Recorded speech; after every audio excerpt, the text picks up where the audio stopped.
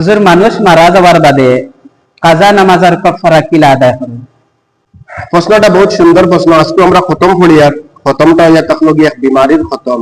আর time কয়েকদিন তো আর কি মানে নামাজ পড়ার এই অবস্থা নাই, এই হালতও নাই, নামাজ পড়িতে পারলা না, ইশারাতে নামাজ পড়িতে পারলা না। এখন প্রশ্ন মাঝে মাঝে ওলা আয় যেন বলে আজকেও আইছে যেন মানুষ মারা যাওয়ার পরে কাজা নামাজের কাফারা কিলা আদায় করেন। নিশ্চয় মানুষ মারা যাওয়ার আগে আর কি কয়েক নামাজ রয়ে যায়, তা আদায় করা সম্ভব হয় না।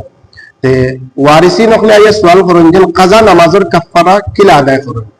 মাসলা হইয়া থাকলগি এক ওয়াক্তের নামাজের কাফারা হইয়া থাকলগি একটা ফিতরা, সদকায়ে ফিতরা। একটা ফিতরার যত দাম 1633 গ্রাম গেহু বা আটা অথবা তার মূল্য যত হইব, একটা নামাজের কাজার কাফারা হইয়া থাকলগি অতটা।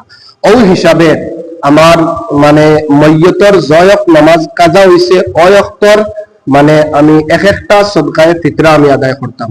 কিন্তু একটা কথা মনে রাখা দরকার, নামাজ 5 ওয়াক্ত নাই, দিনে রাইতে মিলাইয়া নামাজ 6 ওয়াক্ত হিসাব করবা, কারণ দুইটির নামাজ এটা এক্সট্রা।